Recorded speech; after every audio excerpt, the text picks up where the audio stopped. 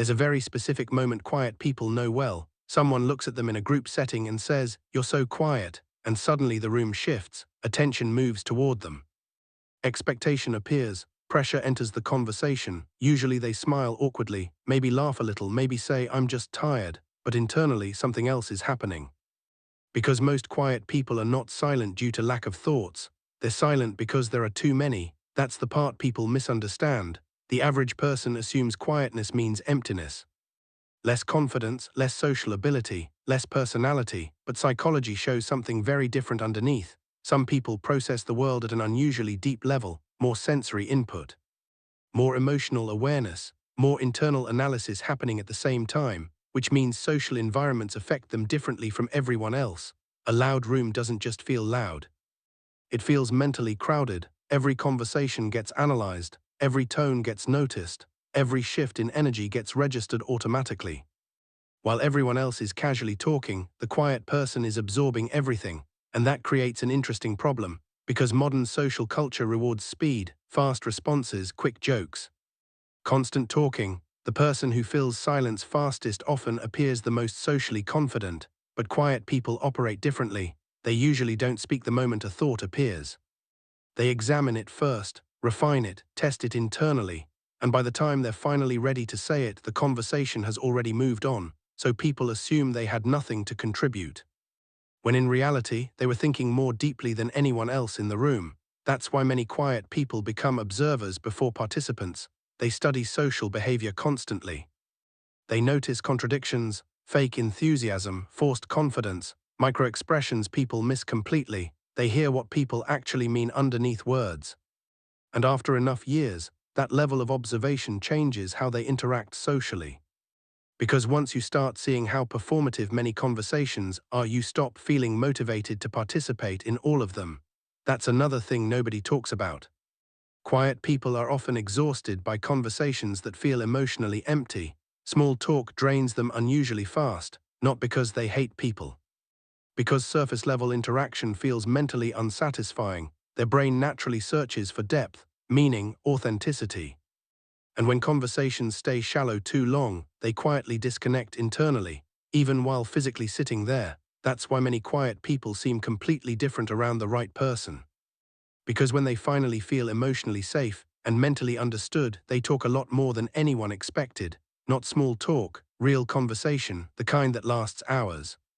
The kind where both people forget to check their phones, because quiet people usually don't lack social energy entirely.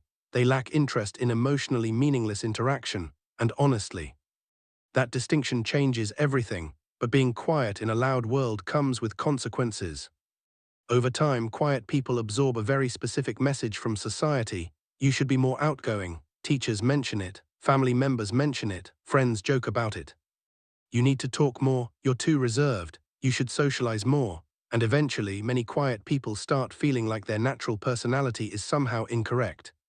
Like they are failing a social standard they never agreed to in the first place, so they adapt. Some force themselves to become more talkative, some become socially performative.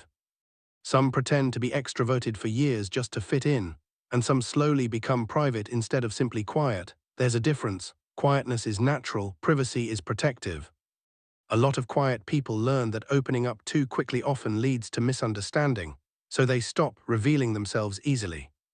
Not because they don't want connection, but because explaining their inner world feels difficult. How do you explain a mind that notices everything?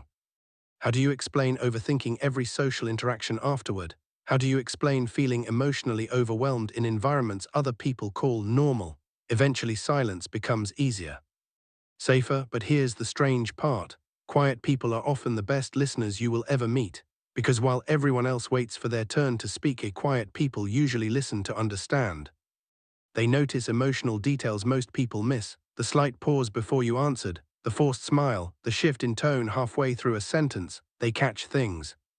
And people feel that subconsciously. That's why others often open up to quiet people unusually quickly. Something about their presence feels emotionally safe, non-judgmental, calm. Which creates a strange contradiction. Quiet people are often deeply emotionally connected to others, while simultaneously feeling misunderstood themselves. And that loneliness can become very heavy over time. Because many quiet people carry entire emotional worlds nobody around them fully sees, not because they're hiding intentionally. Because translating internal experience into words feels exhausting sometimes, their emotions often stay internal for long periods, processed silently, felt deeply but rarely spoken completely.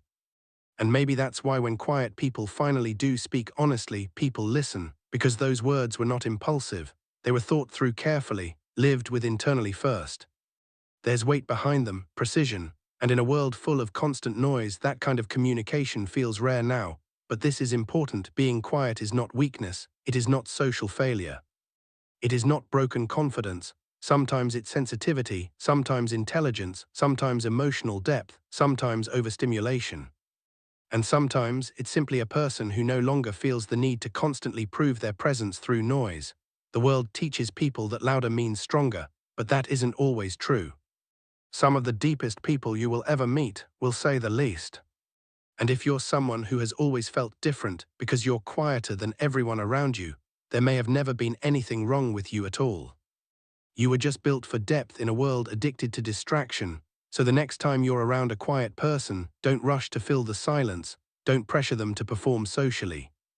Just let the silence exist for a moment, they'll notice that too, they always do.